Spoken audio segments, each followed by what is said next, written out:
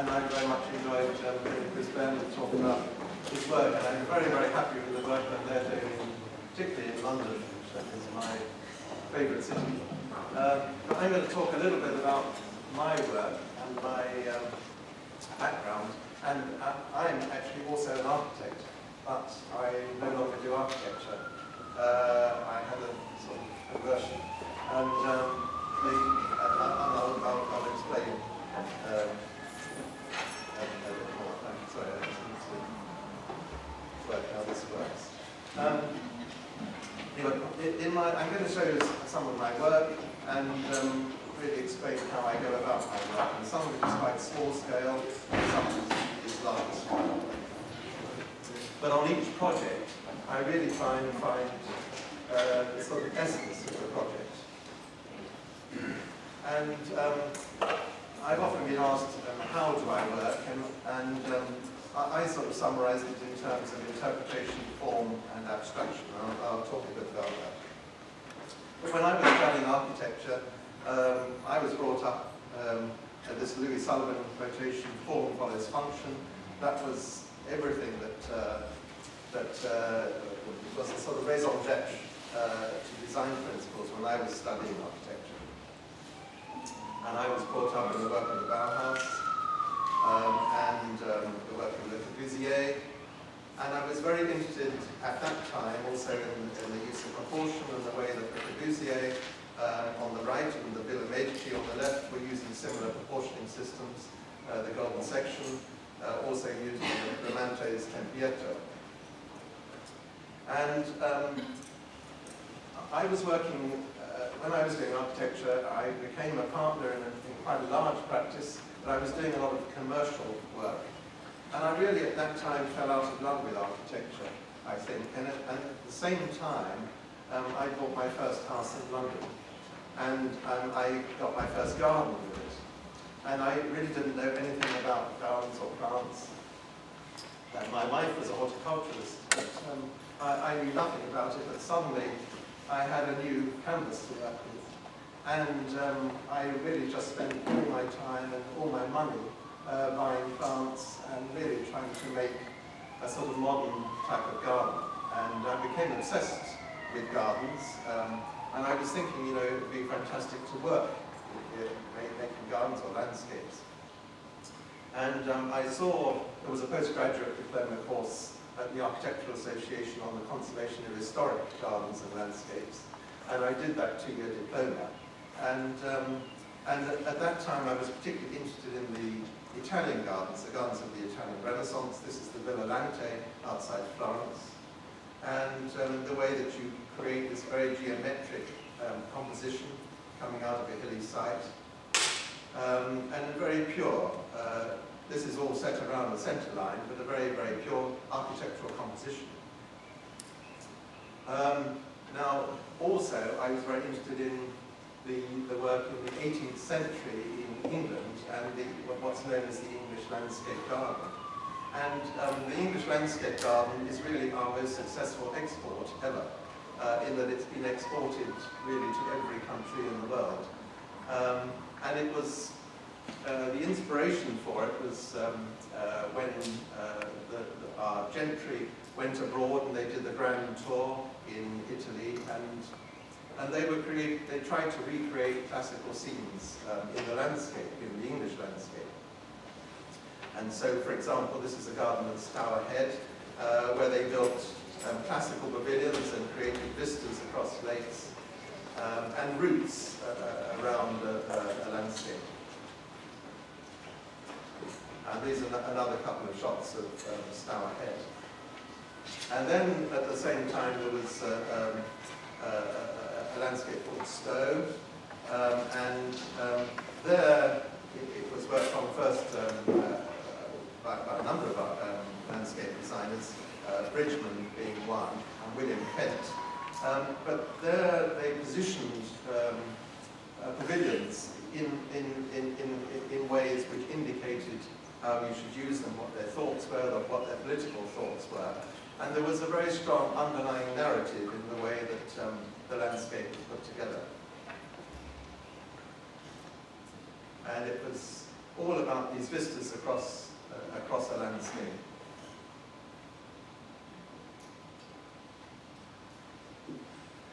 And then we had the most successful landscape designer, Capability Brown, who really swept away any hint of formality. Before these earlier shots, there would have been quite formal gardens, rather like the Villa Dante in England.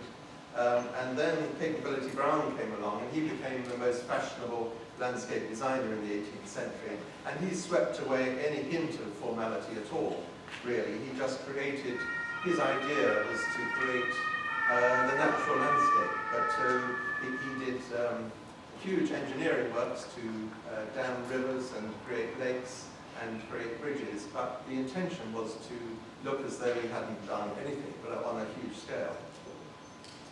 So when I started, when I had the opportunity to design gardens, I really wanted to have this underlying narrative in the schemes that I was doing.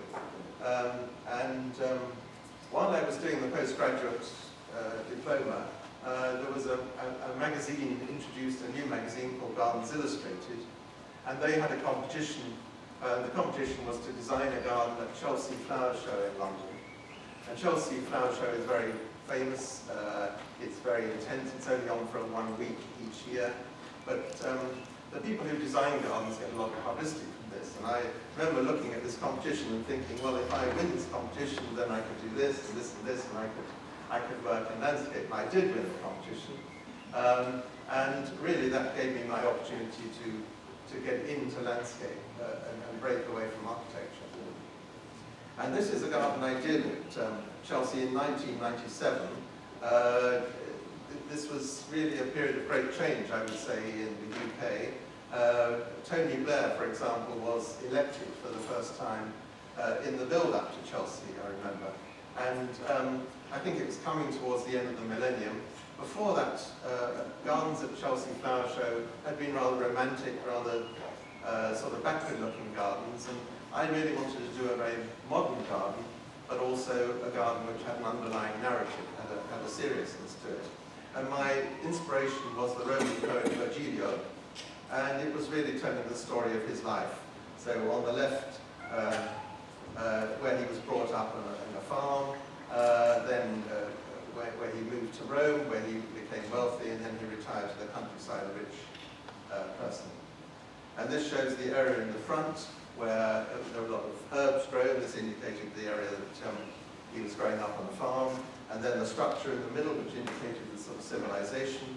And that was my chance to do a composition at Chelsea, which was, in a way, quite alarming at Chelsea Flower Show. There hadn't been anything like this done before.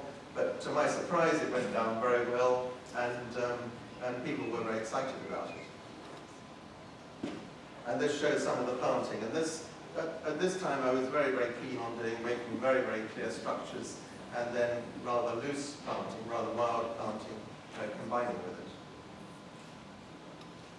And I worked with Belinda Eade, who's an artist, and we showed inscriptions from the bucolic poems of Virgil, the eclogues.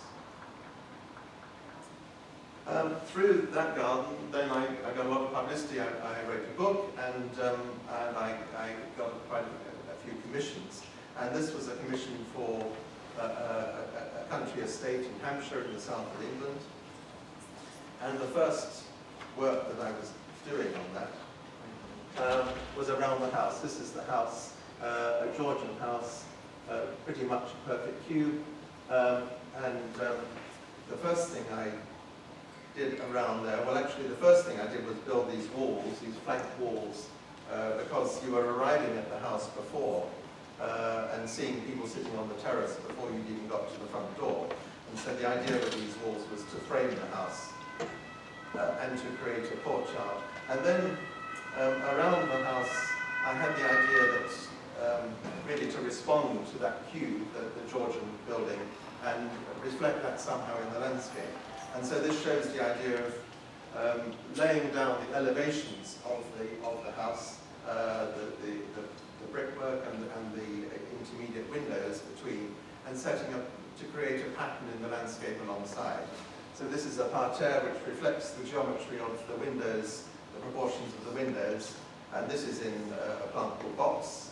And there's another one on the other side of the house in view, which is taller, which is at a lower level.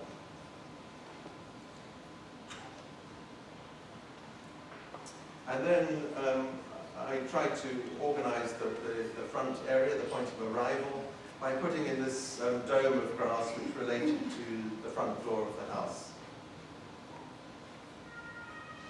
And then the clients wanted me to look at the walled garden, which is the,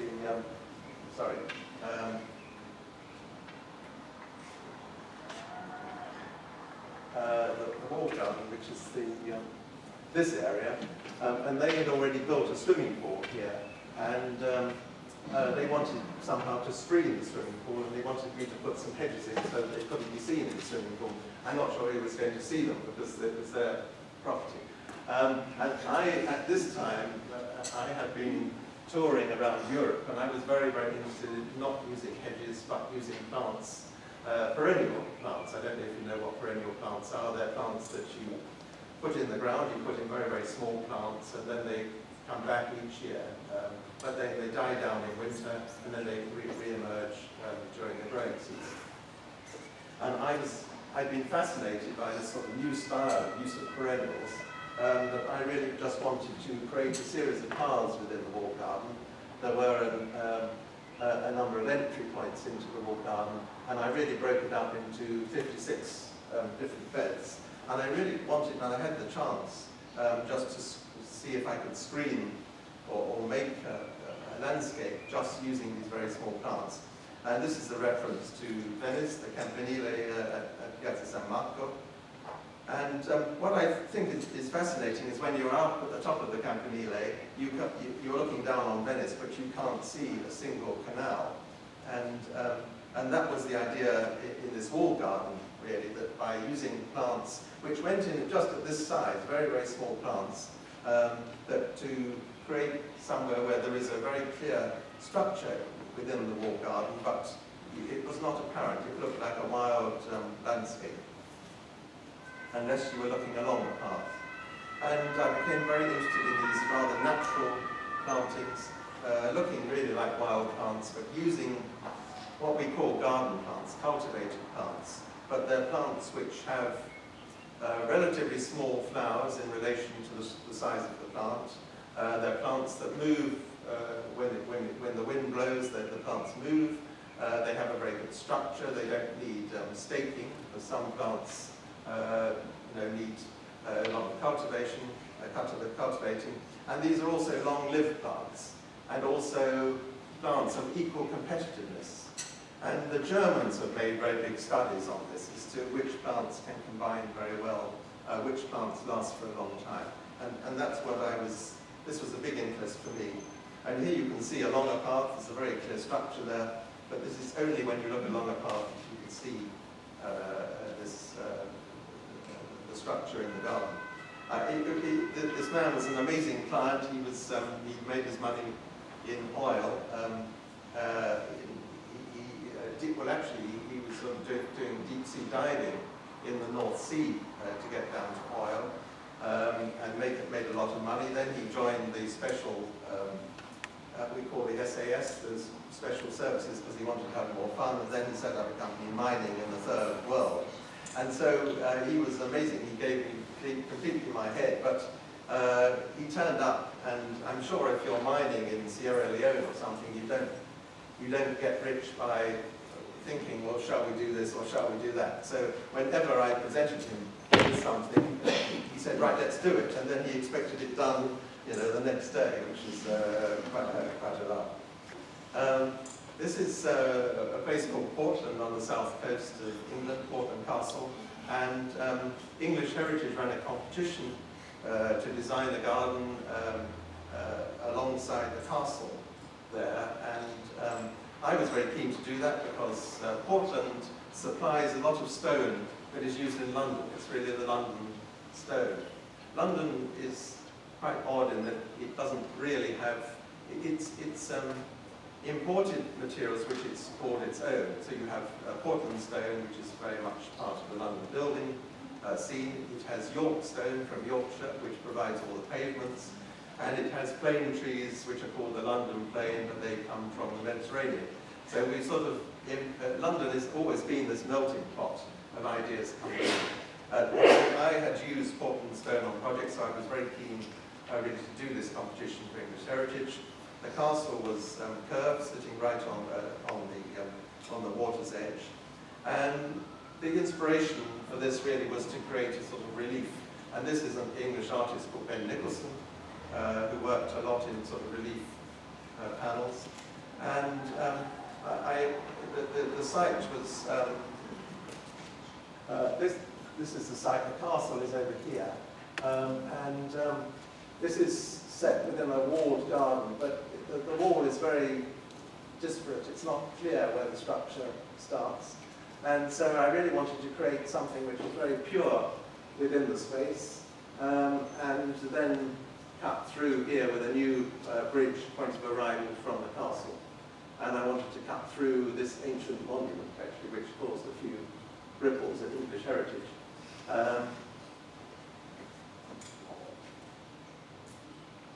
And so this shows the bridge arrival point on the right. And the idea, really, part of it is the inspiration of the compass, being by the sea.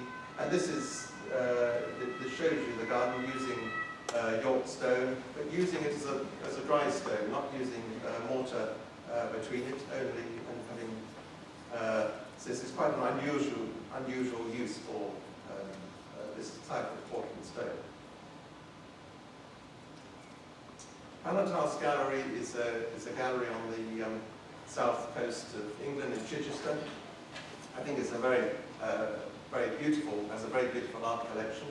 And this is a shot of Pienza, you probably know in Tuscany, I think a very beautiful Tuscan city, the perfect Tuscan city. And what I very much like about it, and what Chris Behrman was talking about in his talk, was this idea of this, these spaces, buildings not quite lining up, and this happens in Pienza, where you get, you can see these people seem to be drawn through between the buildings. And this is the sort of inspiration, I think, when I'm working on town gardens, is to, I always think of Pienza in the back of my mind in terms of the space. This is a new wing of the gallery. On the left, this was the existing gallery, which is a Queen Anne building, 16th century, and then they were building a new wing around here and around here with a cafe, and then our scheme was to build a courtyard in this area, and I put two pools alongside the grid to give a distance from the Queen Anne building, and then have a perimeter of brickwork which related to this building, and then a square in stone which related to the new building.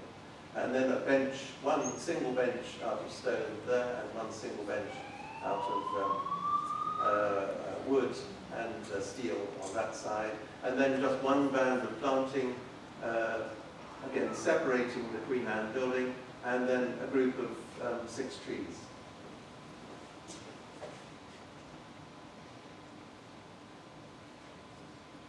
And these trees are grown so that they're just horizontal at the top. These are quite early photographs. This shows the original art gallery with the 2 pools in front of them. And this is looking from there to the new wing of the gallery. The architect of the gallery donated his art collection to house this. He donated this to make a new wing, and it got Heritage Lottery funding. And what I learned really doing this project, I think, is that it's the importance of shadows. I think particularly where you get where you have trees, the way that they cast shadows, and you only get this if you have a hard landscape. If this was all planted, I don't think you would read the shadows in the same way. So the sort of emptiness of spaces can be very important in a landscape.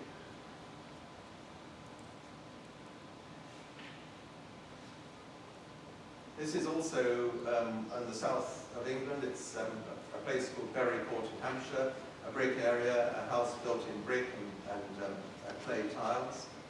And the owner, this is his front garden actually, and he wanted me, he'd already made a garden behind the house, and he wanted me to make a garden in front. There is a lane, a sort of public lane down here, and he'd seen the garden. I'd done this wall garden, the big garden at Brighton. He was a nurseryman, actually. He provided plants for it. And so I really sort of created a very strong grid.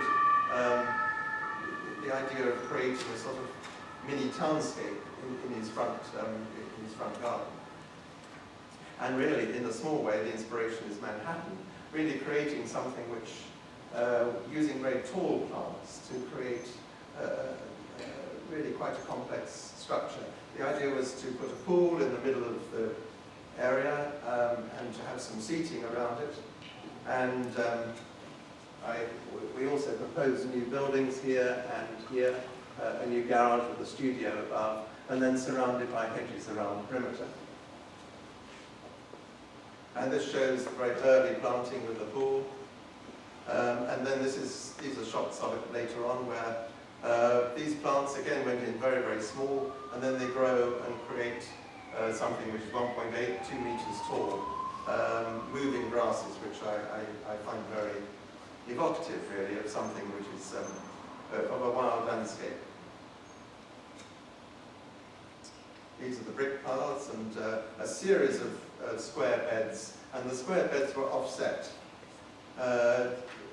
You've got one square within another square, separated by an area of where you reveal the soil in between, and that shows them offset. And then in the middle, we decided to build a pavilion around the pool, and the idea with that was in the same way that we had the square, to build a cube, but to build 2 cubes. And the idea was to have one cube hopping on the back of another, so that it created, you can see on the right, the bench. One cube is at bench height on the top of another. You can see it better in this picture. These are 2 cubes put together. One is lifted up to create a bench in the cube. And it's a private garden, but it does have people walking down past the lane. And I thought what was very interesting with this is that the client wanted to put blinds in this. We put notches in the pavilion in order to be able to draw blinds to make to be private. But after we built it, even though it's only made of just a series of vertical pieces of wood, he didn't want the blinds put in because you feel completely. It's an odd thing, but you feel completely private inside, even though you can see straight through it. It's just the framing. It makes it feel a very private space. So this shows it set in context with the grasses full grown, a lot of movement, a lot of height.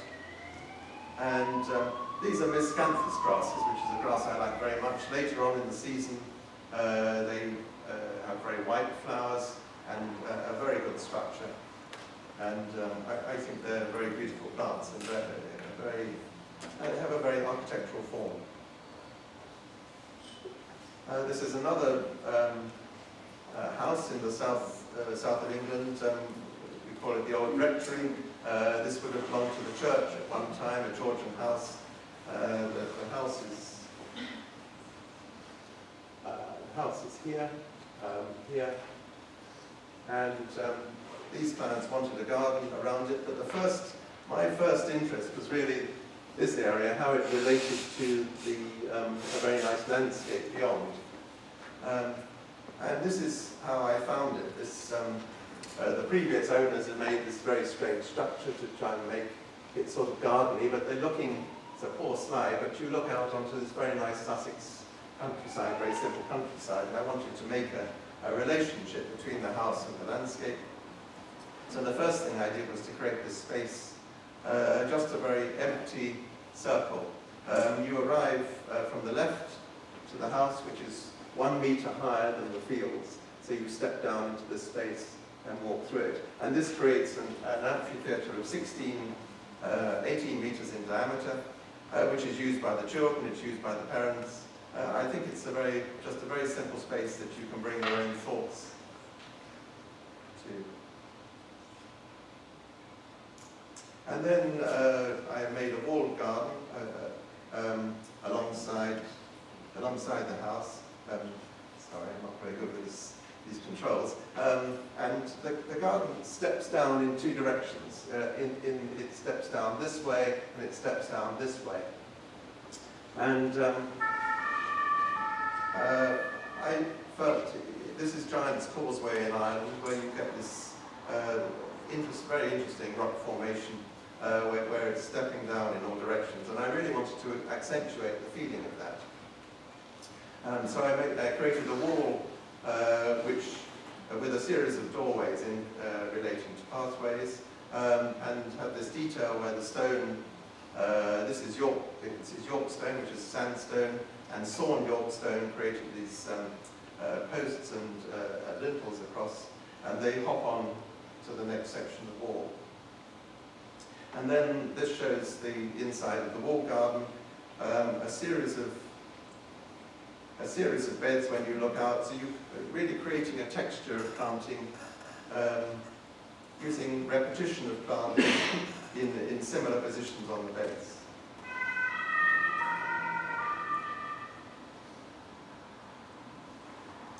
And this is another house. This is a house in Oxfordshire. This is a house, a very sort of narrow house in lovely landscape. The client's built on an extra sort of conservatory area here to sort of almost double the footprint of the house at ground level. But there were two things that I needed to do. One was that the owner of the house, he was obsessed about keeping the children in. He didn't want the children wandering in the countryside because he was terrified something was going to happen to them. And I don't know why he'd suddenly become this conscious, because when he was young, he was a real tearaway, he was into drugs, I don't know what else he was doing, but he wanted to create this this area that he could keep the children in, and I wanted to keep the deer out from eating the garden, so we created this fence, and we planted it with very large grasses here, and then created a garden related to the house. And when I think of when I'm working on landscapes, and I always think of this sort of relationship between the geometry of the house and the wildness of the wider landscape, and how they meet at this, the point at which they meet. I think you get something very interesting.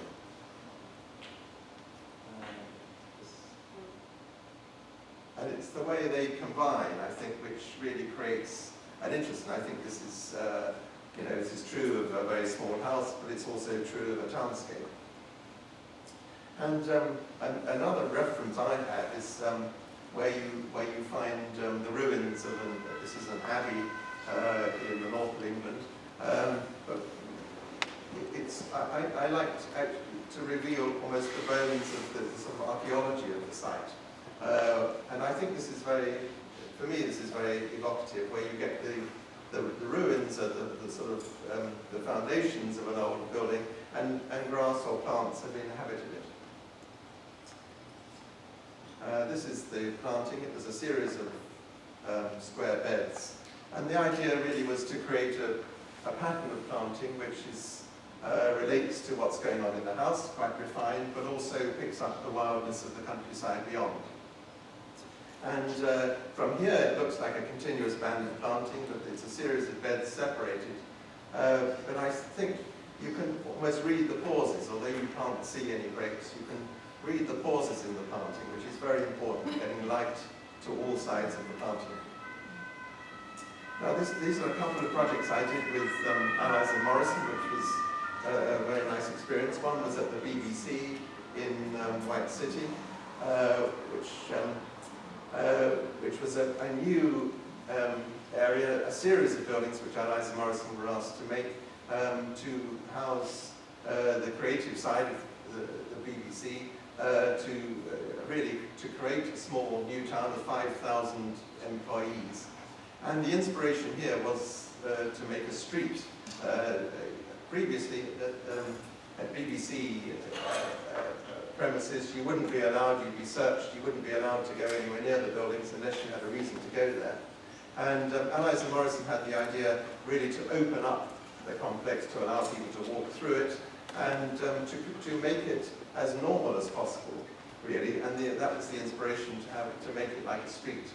And I felt one of the important things is really, what do you touch, what do you come in contact with in the street? And we created a series of benches, which were very much of the same, similar design principles, similar materials, but slightly different. So there's the repetition, but there's always something interesting going on. And this shows a bit, I don't have very good pictures actually of it, but this shows a bit of the grid of the paving which responded to the architecture surrounding it. And on the left-hand side, we introduced some pools here in front of one building, really to divert people. We didn't want to put up a fence, but it was really to say, only go to that building if you had a reason to go to it, and this shows the pools. And then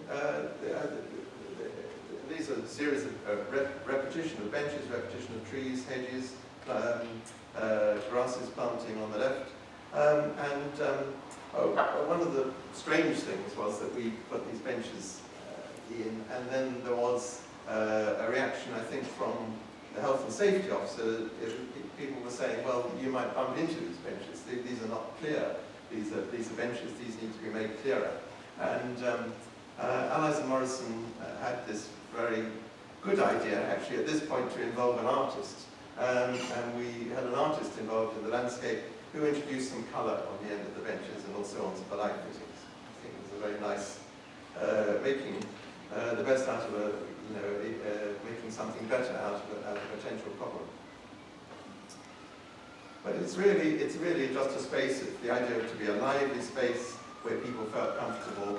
And this is at the time actually when people were not sitting outside in London. It wasn't typical. Now we have become used to the continental way of life. We have a lot of coffee bars and restaurants, and they use the outside spaces. But we can all remember the time before that. And so at this time, this was really quite a pioneering scheme.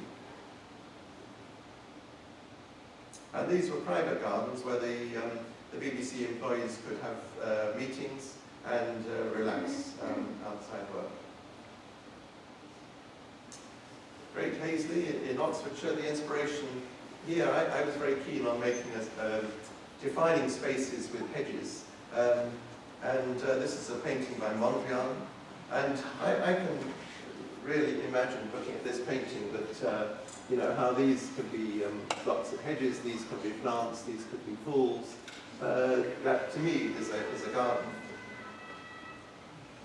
And this is a scheme I did at a place called Great Hazley in Oxfordshire. And the idea was the garden, it was a country garden, and it should have a much bigger garden, because the house deserved a bigger garden, but it didn't have one. It had lost some of its land over time. And so I thought actually by closing it down a bit, by introducing a series of hedges, it could give the impression that that this owner owned the space beyond. And this shows, his space actually finished at this point. But really I wanted to imply that he also, the house also owned the space beyond that. And that brings me on to Arsenal Stadium. Chris has shown the slides of Arsenal football ground and the context. And we started with really it was the idea of making a new London square in an historic location. And really, I thought the key point was, keeping the archaeology of the pitch, but underneath it, as Chris has explained, is the car park. And the idea was really to create an overall composition, to create a big composition, the size of the pitch, but also to break it down into areas which people could use. And again, Mondrian was an inspiration in that. Chris explained these sort of water walls, the idea of we had to get air into the car park below, and the scheme involved a series of hedges, and I thought, well, it would be really great to make a series of glass hedges, which would allow, you know, another material for another band of hedges, and on those to put water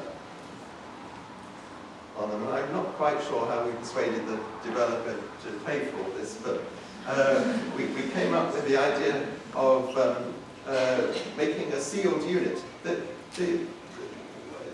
Water is always interesting, how you use water. It's not easy. And if you make a water wall, for example, if you just have water coming down the wall, and unless you make it really splashy, unless you make it really rough, you can't really see it unless you're about 1 meter away. And if you make it very rough, then it splashes for about 5 meters, so you can't get near it. So the idea we had here was to make really a series of fish tanks, and then put the sealed units and put air through the water. And I don't have the program to show how it worked, but by varying it, you could vary the way that the air went through these tanks, and it's related to lighting and music. Then you can see the bubbles and the air going through the water. And these show some of the spaces with grasses, hedges, and perennial plants. Cambridge Botanic is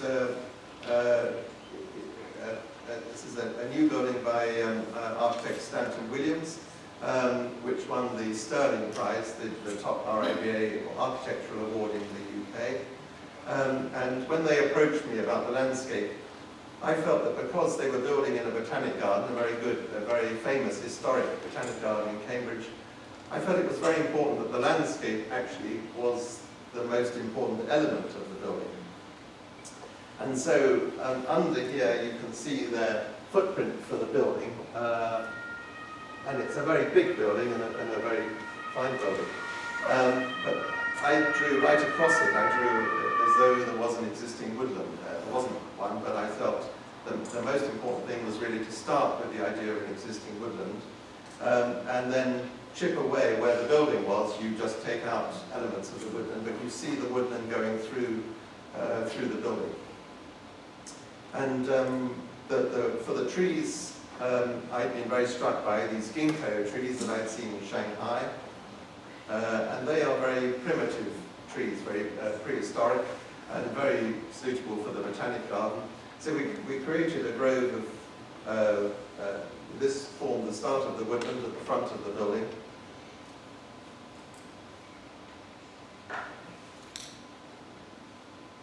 In the middle courtyard they changed to olive trees. And on the end, on the far courtyard, there are a series of lime trees, which are, this is a shot showing them quite young. And then there was, beyond the new building, was this building called Corrie Lodge, and they had the Corrie Lawn. We wanted to create a garden which related to the Corrie Lawn, which is looking onto the lawn, and with a series of hedges, really also to create a vista from this side through to the Corrie building, with a series of interlocking hedges.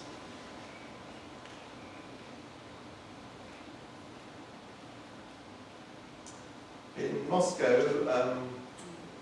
Robin and I both have a very interesting client, not Chekhov.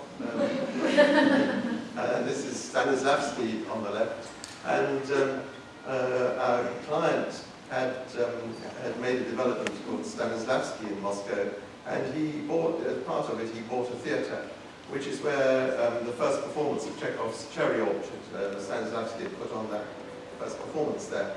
And he wanted to build a cherry orchard alongside, and he made this new development, and he'd had the landscape architects doing it, And he said he didn't like what they were doing with the cherry orchard, and so then he decided to do it himself. He took it away from them, and he said that made it worse. And so then he rang me up one day and said, "Can you come to Moscow, and what can you do?"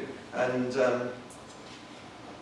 it's very difficult to grow. You can't grow cherries actually in Moscow. That's the first problem, because it's too cold. But what they'd been doing before was trying to create a space which was like a set piece that you just looked at from outside.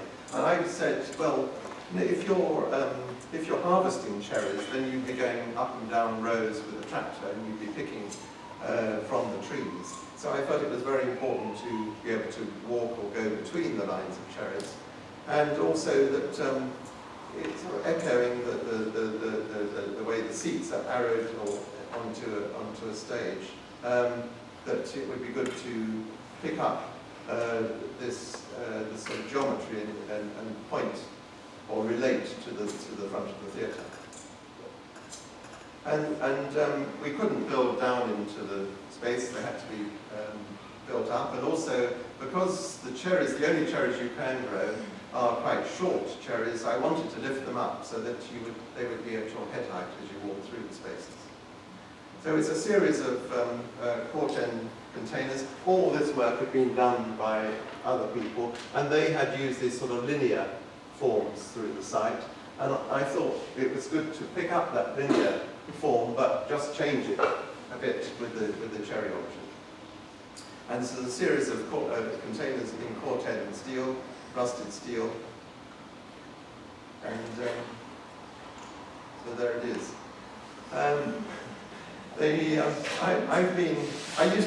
I did quite a lot of work with the royal family of Abu Dhabi, or the United Arab Emirates, and I used to fly down there quite a lot, and I spent a lot of time looking out of the plane windows at the landscape below and thinking, this is really inspirational. This is over Turkey. This is a shot over Italy, which looks more Italian, like a designed landscape, more like a Missoni jumper. This is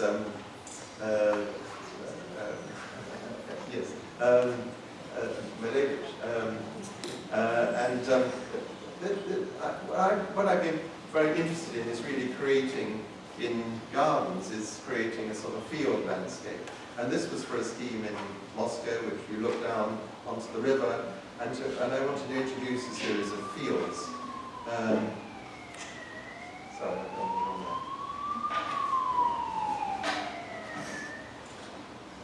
there. A series of fields at different angles.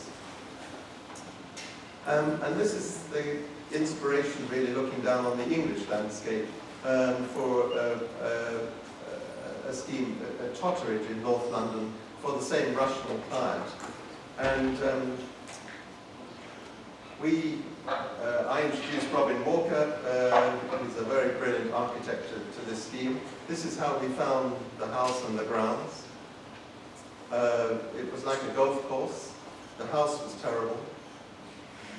The grounds were really run down, and yet at the end of this garden, it looked onto, I think, a very, very beautiful landscape. These are what we call English oaks, hawthorns, hawthorn hedging, very, very nice, wonderful natural landscape. And when you look at the aerial views of the site as you move out, there is a field pattern, and I wanted to introduce that back into the garden. So I felt that was the way of making a garden around this house. Robin was then reconfiguring this house into something much more organized, and I really wanted to create a series of fields, quite formal near the house, then getting much wilder as they went away from the house, and then connecting to the landscape beyond.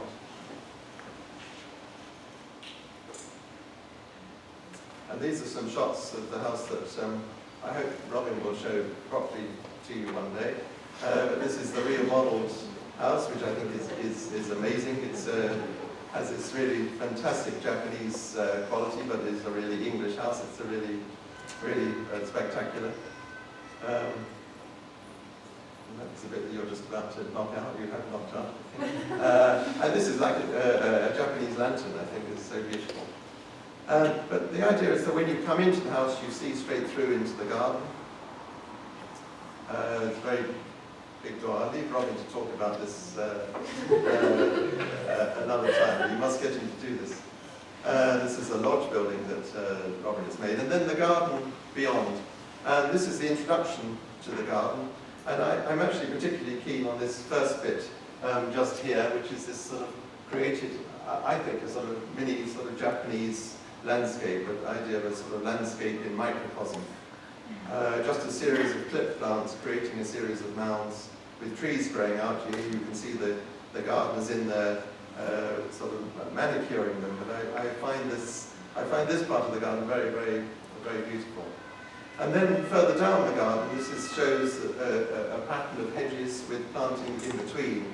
And I think this does connect to the sort of rather wild landscape beyond, but it's still a geometric pattern. And we've grown the grass long, instead of that sort of golf course look that was there before, a series of block hedges, mown paths. This is his hammock that he can use if he wants to. And I think this does make a connection between the garden and the landscape beyond. I designed a pavilion which can rotate, so he can take in the different views, and he likes to read in this space, looking back towards the house. And then, as you get closer to the house, a series of planting compositions. These are salvias coming through grasses, chaired by Ron Arad.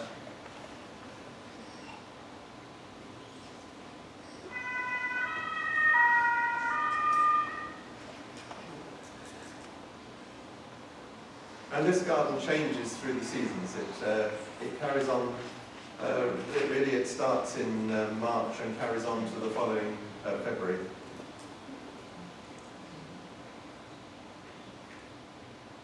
And then in the winter, this demonstrates the point that these sort of plants we don't cut down, we allow them to catch the frost, when I think they look particularly beautiful. And then you see the bones of the hedges, the deciduous hedges which have turned brown, cutting through the landscape.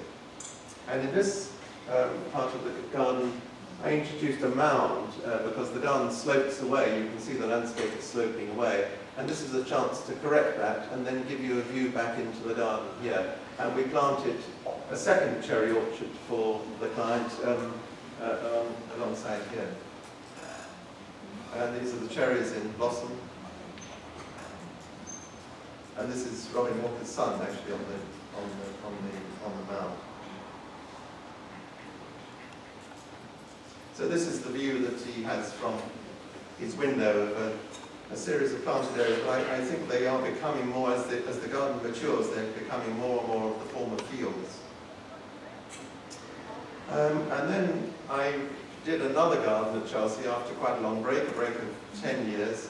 And in the meantime, I had been to Japan for the first time, and this is the garden at Yoanji, which you probably know, in Kyoto. It's a gravel garden, a very beautiful minimalist composition, a series of 15 rocks, and wherever you sit, you can't see them all at once because there's always a rock obscuring one behind. And it's always been a bit of a mystery as to what this is. Everyone's had their theories.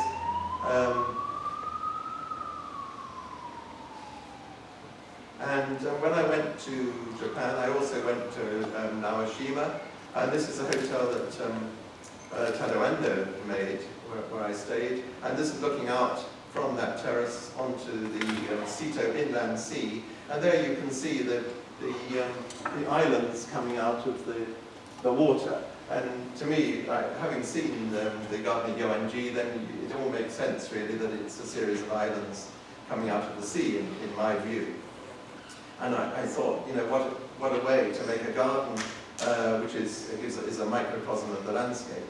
And so for Chelsea, I thought, wouldn't it be wonderful to make a garden in a site at Chelsea, which is 23 metres by 10 metres, wouldn't it be wonderful to make a microcosm of the English landscape in the same way that the garden of Yoanji had done. So this is the inspiration, the English landscape. This is very sort of, I think, very beautiful landscape, a series of hedges, of fields.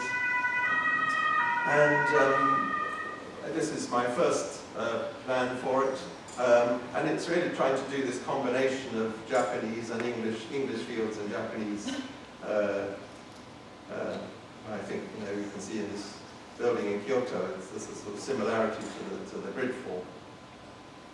And this is the development of the garden, a series of spaces. And most gardens you wander into, and I wanted to make a garden like the garden at Yoanji, which you only see from the outside. And so I restricted the movement of the garden to this very narrow colonnade around the outside. And there you can see it in the aerial view. And then for the colonnade, I mean, this is this Stoa at Athos, the idea of making a viewing area that you walk around, the idea of a Japanese tokonoma set into the wall, making the wall of charred oak. We burnt the oak to make it, to help to preserve it. And this was the process of charring the oak. This was the man who was making the wooden structure, and alongside this skip, which there's no fires on it, he started with a blowtorch to see how we were set about charring, how it would be. And he started very gingerly, just seeing how much to do it, and then started standing back, and then really set fire to it. And of course, it doesn't catch fire, but and I think it becomes very beautiful. We couldn't get him to stop at this point, but I think it becomes very beautiful when you break up the grain and create something which has a real depth to it. And part of the inspiration was the book by Junichiro Tanizaki, In Praise of Shadows, to create this sort of depth of feeling. And in this tokonoma, I had where I was brought up, you have a flints in the landscape, this sort of white stone, and I just put a few of these in as a reminiscence of where I was brought up. And we made Japanese scarf joints connecting the colonnade, and actually put charcoal in the gap between the garden and the walkway. And then in the colonnade, I also introduced a sort of little leaning rail, which was slotted in on the right-hand side, you can see. And then you get all sorts of riffraff turning up on these gardens. And this shows one or two pictures of the final garden. And this is really the idea to evoke the feeling of fields, sort of wild planting going through, quite a regular structure. This shows English landscape, cow parsley growing, and this is in the garden.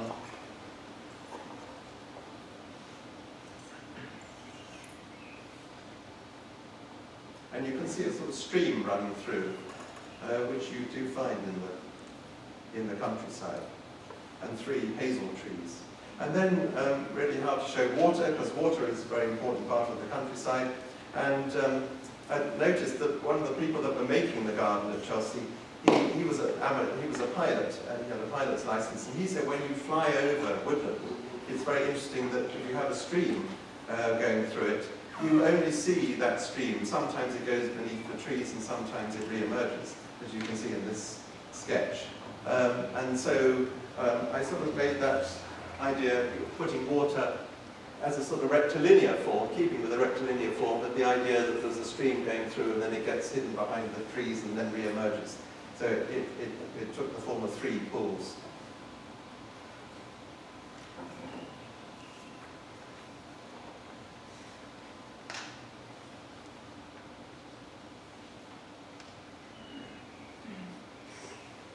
Now that was it in total. Very quickly, this is a scheme for a bit of public landscape in London. This is quite unusual. It's onto quite a major road, Kensington Road, and I was working for a developer who was doing a scheme. I think it's a sort of terrible planting. Our roads get neglected, and for one reason or another, all this planting belonged to all these properties here, and didn't belong to the developer who was building alongside here. The developer was building a new building here. This is where Bernie Eccleston's headquarters are, and Bernie Eccleston has a flat there. Do you know the head of Formula One? And he got, my developer got David Chipperfield to do a new building there. And this shows the design of it. And one of the key things is actually they've lost a floor here. It lines through, the materials line through, but they've lost a floor, so you get better floor to ceiling height.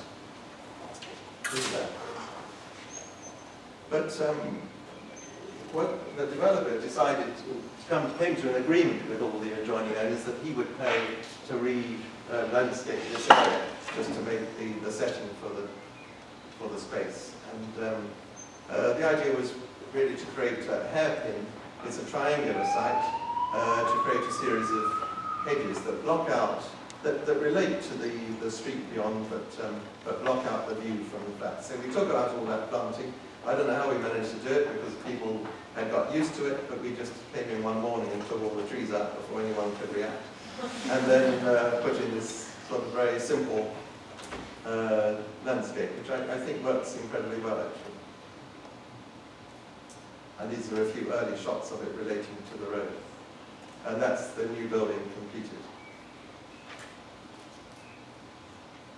And these are a couple of 2 or 3 pots in full colour when they are in flower in May. And then my final project is also for the same developer. He bought an estate in Oxfordshire. It's 500 acres, 200 hectares, and on it there was a mansion, a very run-down mansion here, but set in a very beautiful 18th century landscape. So it's sort of really where I came in with my studies on the 18th century garden, 18th century landscape garden, and the idea was to refurbish this, really rework the landscape. And these are the historic plans. This is part of this is what's known as Happy Valley, part of a sublime landscape. There's a grotto at the top, a short grotto. We sort of did quite a lot of work here, put fencing in, put new planting, restored a lake. This is an area by the riverside. This is how it was when we found it. Became very suburban, but a very beautiful part of the river. And this is it after we'd redone it, I think much more connecting to the river and to that part of the landscape. And this is the house that you paid a lot of money for. And it was really, really run down. It was, these are some shots after we planted. I suppose we planted 1,000 trees on this site, big trees, a lot coming from Germany. Really reworked the landscape, reworked this sort of French chateau style building. And then this building now is a sort of brand new building looking out over the landscape. And there's always a question, when you think of Capability Brown and making it look and sit into the landscape, what do you do in front of the house? And this goes back to Capability Brown again. This is Blenheim Castle in Oxfordshire, and he really just has lawns going down to a lake. But that was 18th century living, and I think today's living, people want to live in the houses. They do want to relate to the outside. This is another.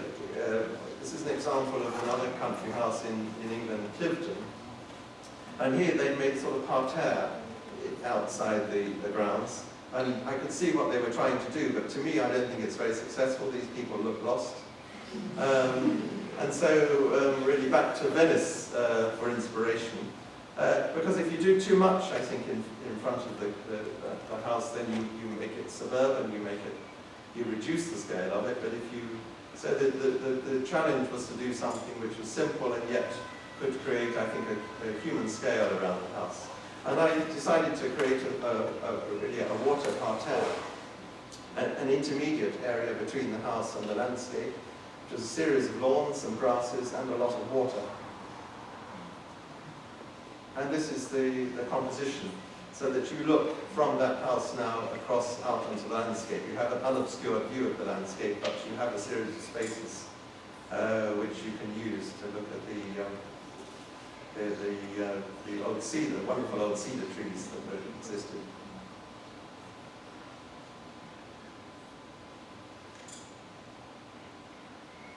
And this is in the winter, when we drain the pools so there's no water in them, but I think it still makes its mark on the landscape. So I think that's it.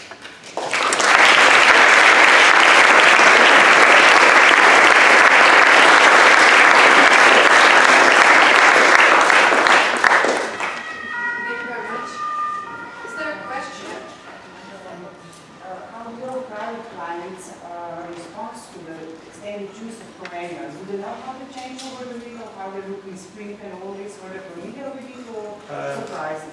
Well, I think that's a very good question. I think they do need to be educated because the advantage, the perennials that I'm using for the long-lasting perennials, I should explain, they tend to be late season perennials, and then they have a longer season. The plant, if you put perennials in which flower, say in April, May, June, they tend to have quite a short season. They flower for a very short time. And you may know this, but if you put plants in which start to flower from July onwards, they go right the way through till February.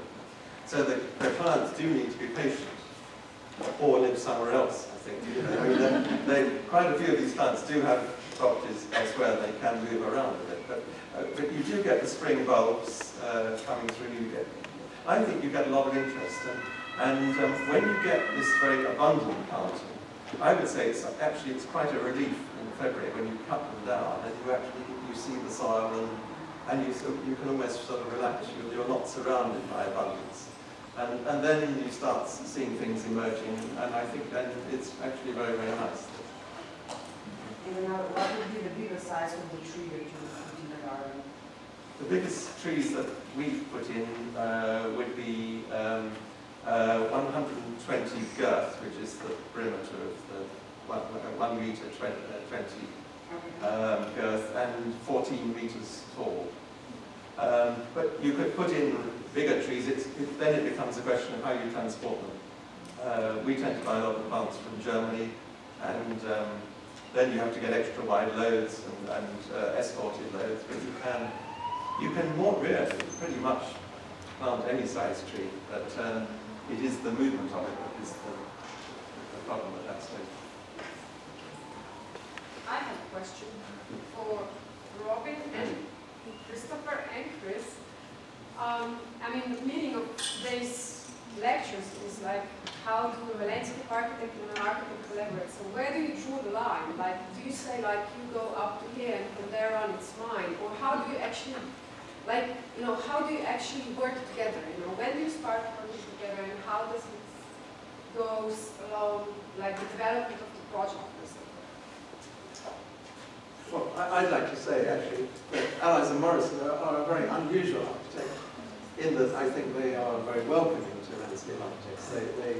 I was very struck when I had my first meeting with Bob and Graham, and I remember them saying to me, well, and let us have, if you've got any comments on the buildings, you think we should change the buildings, let us know. And I think, but my experience with other architects is that they are very precious and they're very nervous about what's going to do, whether it's going to change the context. So it requires a great deal, I think, of Christopher. Well, I mean, from my point of view, this is self-respect, in equal respect for each other here, because I think working with Christopher, I found personally that he was slightly exceptional because he did, as his slides demonstrate, fully want to understand the buildings before he even put pen to paper, which again I think is not so common. So the reason why I think we kind of can work with each other is because there's an equal and mutual respect for each other's way of working, and which I don't think is always that common. So, but I think we work that way because we want input from the landscape architects because we think the landscape is an extension of the building. And equally, I think this is the other way around too. Is that they work hand in hand. And a successful project means that both complement each other. But that does mean that individuals do have to get on. So collaboration is understanding that it's critical. And I think that we sometimes feel in practice that we are put together with an landscape architect that doesn't necessarily understand where we're coming from. And equally, it could well be that they don't necessarily assimilate to the work we do. So that's where it doesn't have to work so well. So that understanding is very critical. What is the relation with the client? Does people completely trust you? You kind of know what to do and What, in relation to landscaping or in general? Some do and some don't. I mean, the client is the most important person in the process, really. Without, you need a good client, don't you? That is the so driver. the clients that are involved in the projects. Yeah, yes, because if there's a blank, then it's difficult. But Rob, you asked about Robin, because Robin and I have got this situation now where... Yeah, I should introduce Robin. Actually, he asked me not to introduce him because he has a fear of public appearance. But I have to. Robin is actually guilty for the lectures here. He is an architect that recently moved, or have moved, or is very often in Ljubljana these days. So he's the author of one of the houses, the Cambridge house. So, But I work with Robin and he works with me on hybrid too, on the art project. So yes, in a way, that's okay. why the three of us know each other quite well. Okay, so, But we've got that situation at the moment where we're both involved in a scheme for a new house. And there's a site and there's an architecture, and it depends, which comes first. It's a good question. So we fight, we just... you were fighting. I think it was a conversation about, especially the garden changes in the season, which I can see the opportunity to consider and rethink about different parts of the work in relation to the things that's what you actually have an object. Yes. There was a question from Rebecca. Yeah. For me, as a landscape architect, I have various questions, but I can clearly see the influence you have in your work, in your designs from the Mondrian's pictures or design who you propose to your work are very dramatic. But let me refer just to one question, which is in my opinion also very or most important, and that is people or users. Did you think, or how did you think on users when designing Arsenal housing area? How did you implement designs for children to play, for older people to meet, to all those kinds of user groups that have to meet in public or semi-public open space? Because you showed various types of projects that you do. For private projects, you can do whatever the client wants. So you can also design this very geometrical designs, which can be better or worse for the user or for the landscape. Or plants can be really nice there. But for me, a really important question is dealing with various groups of users meeting in public space. Yes. Well, at Highbury, at Arsenal, we had an area for play. We had to have one, but we would have put one in anyway, for children's play area. We had a memorial garden. There were a series of gardens, actually. And the idea was to create some spaces which were very large, where people could have parties. So if they wanted, you could have a collection of people, you could have a barbecue there, and have a lot of people, or areas which were smaller, that one or two people could sit in. But I think that's a very, very good question. How you use these spaces is absolutely key here. I don't think I can show, I haven't got the slides to show it, but I think that also applies in private gardens. Where do you sit in these gardens? How do you use them? It's a very good question. People, how do they? I feel that the more empty you can leave the spaces, the more people can arrive with their own ideas. Sorry, but Yeah. your designs are not very empty, so Okay. this is the question. Did you follow the users how they meet in the years of design that you proposed? So this would be very interesting to see how they use the space you Yes. design, maybe through years. It would. It's a very good point. Well, one tries to go back as often as you can. You know, it would be great just to be involved in the scheme and just to be with it, develop it, change it. It doesn't often happen. I mean, just something that's awesome, how that works. I mean, it's from what I remember, going back there occasionally now, it is working a bit like a London square, in the sense that people go and sit, there is areas to play, there's also a memorial garden, but equally it's as much a visual community as it is a place to use, to be in, because it's like the London square, which is so strong, it's a place to look out onto. You gain as much from that as you do actually participate in the place. I remember on a more humorous note, the first time Arsenal was finished, we turned up for I think the opening and someone put a note on the edge of the grass saying, please drop the grass. There's an ex-football. That's football. It's in right. And they do play football now, so Yeah, they do. They're good. Yeah. But not 11 sides. Okay, thank you very much.